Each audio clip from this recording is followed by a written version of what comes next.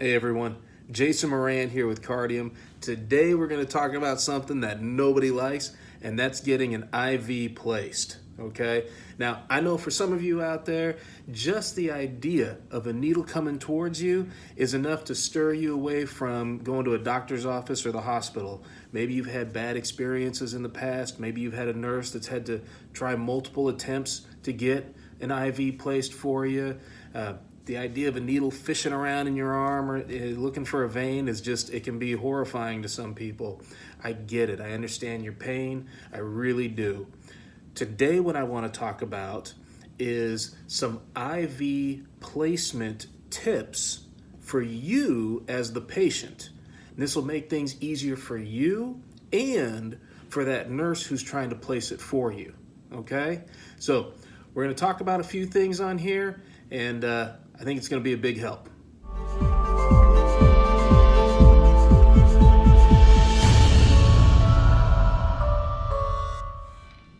Okay, tip number one, hydrate. I know this is a no-brainer. I know you're already thinking, Jason, really, this is the best you're going to tell us here?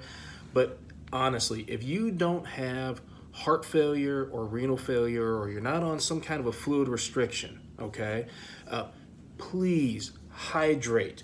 Drink plenty of water. You'd be amazed the difference in how well your veins present with a little bit of hydration. Now, if you are on a fluid restriction, again, heart failure or renal failure, again, there's a restriction there, but you do have a certain amount of fluids that you can take.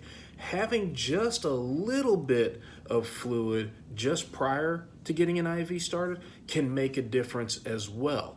So, for instance, if you have 2,000 milliliters as your limit for the day and you know that you're going to the hospital or you're going to your doctor's office for a blood test or something, then reserving a little bit of that fluid amount to be used just prior to that office visit will really behoove you. So maybe know that you're going to take an extra 2 glasses of water before that visit away from what you would allocate normally for the end of your day. Would be very beneficial for you in this setting, okay?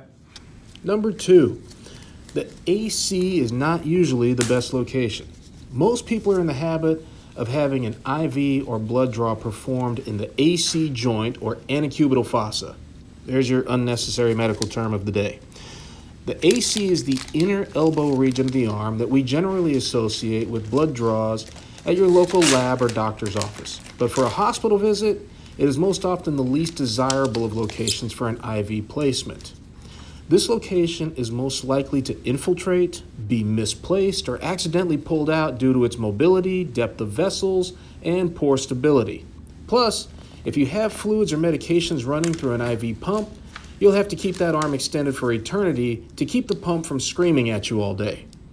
Now, your nurses aren't choosing this site to be vindictive or careless, but more likely out of habit. For many new nurses, this is a familiar location for blood work from their own life experiences as well, and therefore becomes the natural choice for them to begin learning on. Remember, they have a lifetime of anxiety and stress over blood draws from their own experiences too. So often, new nurses will instinctively use this site as their first choice, and then it becomes their comfort zone until they learn otherwise. Now, number 3 is to start south and work your way north. You know, the hands are one of the best locations to start most IVs. Now, there are some exceptions to the rules based on medications and procedures to be performed, like say if you were going to have a CT scan where they need to inject contrast dye.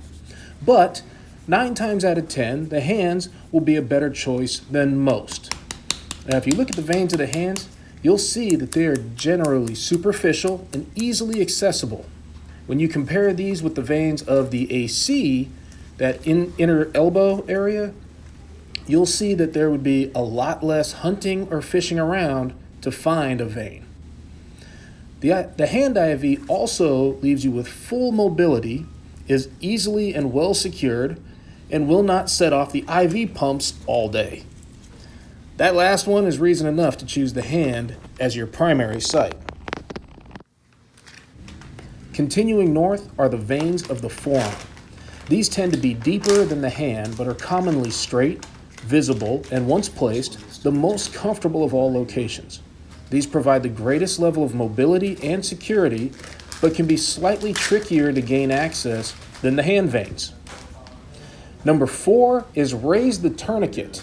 Typically, nurses and lab techs are taught in school to place the tourniquet 6 to 8 inches above the intended venipuncture site.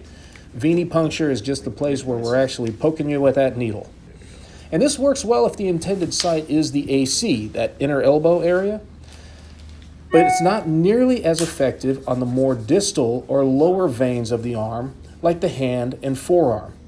You see, when the tourniquet is placed 6 to 8 inches above the hand, it's applying restriction over 2 bones in the forearm, the radius and the ulna. In the forearm, these 2 bones run along the inner and outer sides of the arm, and the blood vessels are in between them. This means the tourniquet's actually applying all that pressure to the skin and the bones with minimal pressure on the veins themselves. The result is poor vascular resistance and a much more difficult IV placement for your nurse. Instead, ask the nurse to place the tourniquet high up the arm, as in an AC venipuncture. Here, the arm is made up of a single bone, the humerus, that runs down the center with blood vessels on the outer sides of the arm. Now, when the tourniquet is placed, it's applying pressure to the blood vessels directly and creating excellent vascular resistance. This results in veins filling and dilating, making the IV placement much easier for your nurse. Number 5, you've got to flick it before you stick it. Once the location's been determined and your nurse is ready to begin prepping the site, have them give the vein a few moderate intensity flicks. This doesn't need to be painful at all, but a little more than a tap. By doing this, it accomplishes a couple things. First, it causes an inflammatory response in the vein that makes it dilate more and fill with blood. This dilation can make a vein 2 to 3 times larger in diameter than it was previously.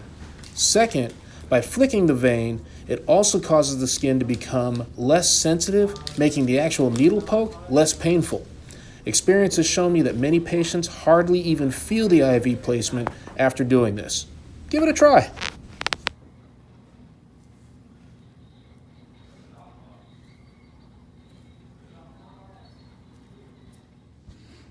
All right, now number 7 is to actually lose the tourniquet. Now, if you're on blood thinners like Coumadin, Plavix, Eliquis, or even others, have your nurse remove the tourniquet before making that venipuncture. You know, up until now, we've talked about how to get the veins to fill with blood, how to get them to be more prominent and easier for your nurse to locate and start that IV. However, if you're on blood thinners like Coumadin, Eliquis, Plavix, what they do is they actually make the veins more friable. And by friable, it means that they're more easily damaged. They'll tear apart quickly. Oftentimes we talk about this being a blown IV, right? So what I want you to picture is if you inflate a balloon, right? You filled that balloon up with air and then you poke it with a needle, that balloon is going to just shred and tear apart, okay? That balloon is incredibly friable. The same thing happens to your veins when you are taking a blood thinner like Coumadin or Eliquis. So what we want you to do is deflate that balloon by taking the tourniquet away, and then you can poke it with the needle and get a good IV start. A deflated balloon with no air in it, you could poke that 100 times and it's not going to tear apart. The same thing happens within the veins.